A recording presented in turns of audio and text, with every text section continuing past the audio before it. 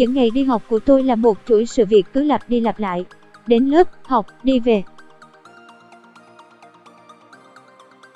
Tôi chẳng có điều gì để nói với những đứa xung quanh. Còn Ly, bạn thân tôi, nhà nó đã phải chuyển đi từ năm ngoái, vì bố nó có công việc ở đó.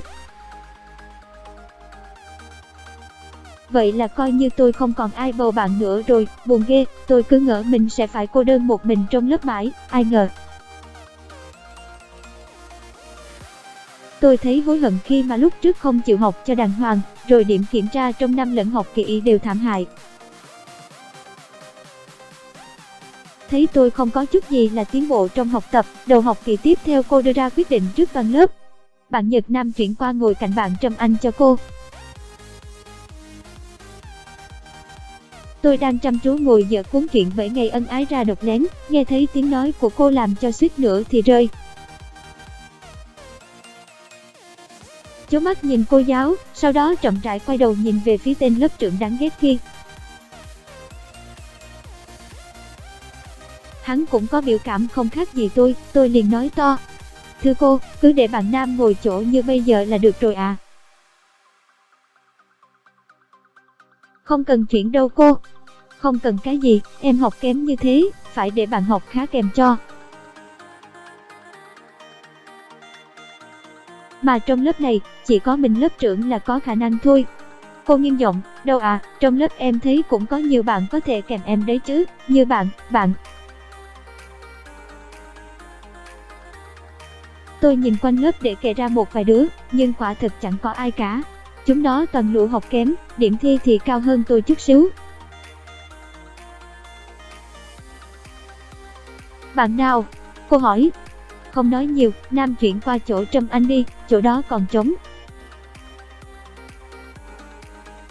Vâng, dường như bất lực, hắn cũng chẳng làm được gì, đành nghe theo lời cô. Ngồi cạnh tôi, hắn nói. Sau này mày cố gắng học tốt hơn tí, để tao còn được chuyển về chỗ cũ. Chứ ngồi cạnh con gái rắc rối lắm. Ý mày là tại tao? Chẳng thế nữa, chứ là tại tao chắc. Tại mày học giỏi nên thế đấy. Tôi gân cổ cãi lại. Học giỏi cũng là cái tội ư? Tôi nghe hắn nói, cũng chẳng buồn đáp lại nữa, chỉ biểu môi một cái rồi lại cầm truyện lên đọc. Đang đọc, tôi thấy Ngọc Ánh, tổ trưởng tổ mình đang bắt chuyện với hắn. Ê Nam ơi, dạo này mày đẹp trai nhỉ? Ai cũng nói thế luôn.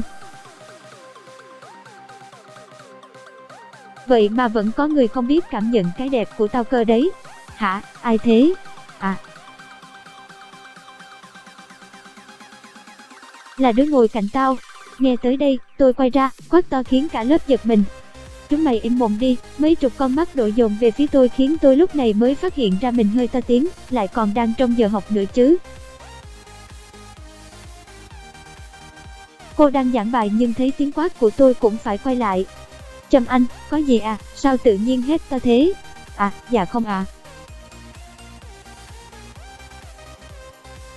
Cô không nói gì, cứ thế viết bản tiếp. Xong, tôi quay ra nhìn hắn, ánh mắt tức giận. Tao đã làm gì chúng mày à, cứ thích lôi tao vào thế nhỉ? Hai đứa chúng mày nói chuyện trong giờ, ghi cả hai vào đi. Không đấy, anh nói nhưng lại cười. Tao mách cô, hai đứa nó, chẳng nói chẳng rằng, cười kinh lắm. Bực mình ghê, tôi chẳng thèm đoái hoài gì nữa, cất chuyện đi, bắt đầu viết bài. Đến giờ ra chơi, tôi nằm gục xuống bàn ngủ, thật là, cứ ngồi cạnh cái tên Nhật Nam này có ngày điên mất. Thì hắn đẹp trai, nhà cũng giàu, còn học giỏi nữa nhưng tôi vẫn không thích tính trẻ con của hắn chút nào. Mặc dù thi thoảng tôi thấy hắn cực kỳ men trước tụi con gái trong khối, thậm chí là với các chị lớp 9, rồi còn lễ phép với thầy cô, mà ở trước mặt tôi thì xấu xa hết mức. Chắc là thấy tôi dễ cáu, lại khá vui tính nên muốn trêu rồi. Trâm Anh, xuống mua tao chai nước đi. Hắn lay tôi dậy, đưa tiền ra trước mặt tôi. Tự đi mà mua đi chứ, sao tao phải đi? Tao bận rồi. Bận gì, hay lại bận đi tán gái à? Mày đi khám mắt đi. Hắn bình thản nhìn tôi. Cái gì mà khám mắt chứ, chẳng lẽ hắn thấy tôi đọc truyện nhiều quá nên nghĩ tôi bị cận rồi đấy chứ, nhưng kể cả có bị cận hay không thì liên quan gì đến việc đi mua nước nhỉ? Ý mày là gì? Có thấy tao đang ngồi làm bài đây không, ngay cạnh tao mà chẳng hiểu gì cả. Giờ tôi mới để ý, trước mặt hắn là quyển sách nâng cao toán, hắn đang ngồi nghiên cứu các bài tập trong đó.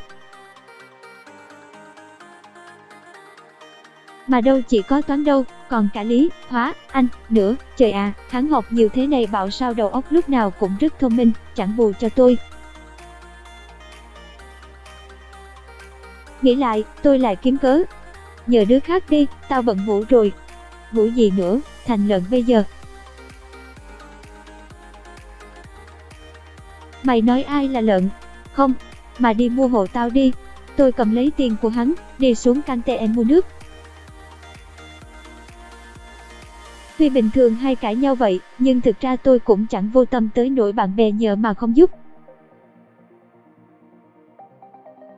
Đang đi về lớp, do đám người ở đây đông quá nên chẳng may tôi đã đụng phải ai đó trên hành lang làm người đó ngã xuống.